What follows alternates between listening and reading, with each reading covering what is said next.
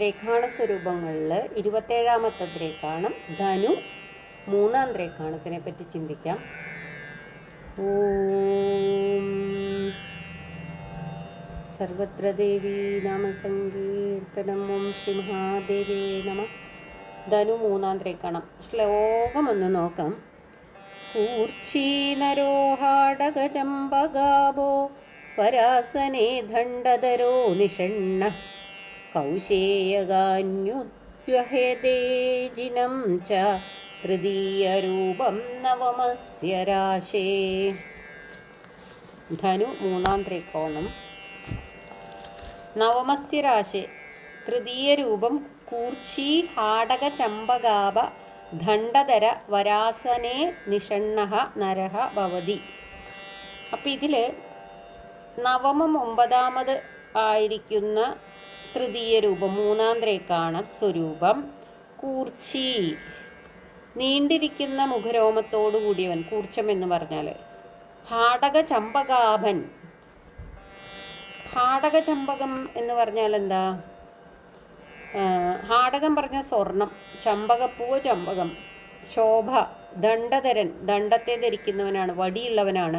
വരാസനം വരമായിരിക്കുന്ന ആസനം, ശ്രേഷ്ഠമായിട്ടുള്ള പീഠത്തിലിരിക്കുന്നവൻ.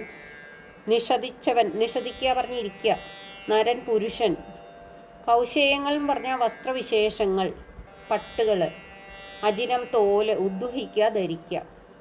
ധനുരാശിയുടെ 3-ാം ത്രേക്കാണം നീണ്ട മുഖരോമത്തോടെയും സ്വർണത്തിൻ്റെയും ചമ്പകപ്പൂവിൻ്റെയും നിറം പോലെയുള്ള നിറത്തോടും കൂടിയവനായി കയ്യിലൊരു ദണ്ഡത്തെ ധരിച്ചും കൊണ്ട് നല്ല പീഠത്തിങ്കൽ ഇരിക്കുന്നവനായും പട്ടുകളെയും മൃഗചർമ്മത്തെയും ധരിക്കുന്നവനുമായിരിക്കുന്ന ഒരു പുരുഷനാകുന്നു. ധനു 3-ാം ത്രേക്കാണം. അപ്പം നമുക്ക് സാധാരണ കാലഘട്ടത്തിലേക്ക്, ഇപ്പോഴത്തെ കാലഘട്ടത്തിലേക്ക് നോക്കുകയെന്ന് വെച്ചാൽ താടിയും മീശയും നീട്ടിയിരിക്കുന്ന ഒരു പുരുഷനാണെന്ന് പറയാം. ചമ്പകപ്പൂവിൻ്റെയോ സ്വർണത്തിൻ്റെയോ നിറമുള്ളവനാണെന്നോ, ആ വസ്ത്രങ്ങൾ ധരിച്ചിരിക്കുന്നു എന്നോ, വടി കയ്യിൽ പിടിച്ചിരിക്കുന്നു, ശ്രേഷ്ഠമായ ആസനത്തിലിരിക്കുന്നു, പട്ടുവസ്ത്രവും മൃഗത്തോലും ധരിച്ചിട്ടുണ്ട്. അപ്പോൾ മനുഷ്യദ്രേഖാണമാണ്, സായുധദ്രേഖാണാണ്, അധിപൻ സൂര്യനാണ്. സൂര്യനായതുകൊണ്ടായിരിക്കണം സ്വർണത്തിൻ്റെ നിറം എന്നൊക്കെ പറയുന്നത്. വളരെ ശ്രേഷ്ഠനായ ഒരു പുരുഷൻ്റെ രൂപമാണ് ധനുരാശി 3-ാം ത്രേക്കാണം. നല്ല സ്വർണ്ണവർണ്ണമുള്ള ഇയാൾക്ക് സൗരഭ്യവുമുണ്ട്. വർണ്ണം മാത്രമല്ല, അതിന് ചമ്പകത്തിൻ്റെ സൗരഭ്യം കൂടി ഉണ്ട് എന്ന് പറയാം. താടിയും മീശയെ നീട്ടി വളർത്തി ഭൗതിക സുഖങ്ങളോടുള്ള വിരക്തിയെ സൂചിപ്പിക്കാം വേണമെങ്കിൽ.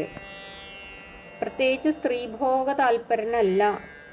വടി ആയുധാണ്, അധികാരത്തെ കാണിക്കുന്നതാണ്. പട്ടുവസ്ത്രം ധനം കൂടുതലുള്ളതിനെ കാണിക്കുക, ആധിക്യം, പ്രൗഢി, സ്ഥാനം, ഇതൊക്കെ പട്ടുവസ്ത്രം സൂചിപ്പിക്കുന്നുണ്ട്. മൃഗചർമ്മം തണുപ്പിൽ നിന്ന് രക്ഷ നേടാം എന്ന് പറയാം. പുലിത്തോല്, മാൻതോല് മുതലായ പ്രൗഢിയെ സൂചിപ്പിക്കുന്നു, അതുകൊണ്ട്.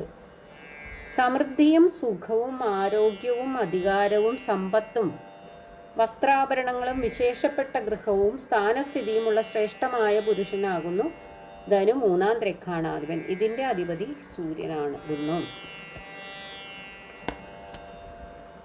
അപ്പോൾ ഈ ശ്ലോകം ഒന്നും കൂടി നമുക്ക് നോക്കാം. കൂർച്ചീനരോഹാടകചമ്പകാഭോ പരാസനേ ദണ്ഡധരോ നിഷണ്ണ കൗശേയകാന്യുദ്വഹതേ ജിനഞ്ച തൃതീയരൂപം നവമസ്യ രാശേ. ഓം നമഃ ശിവായ.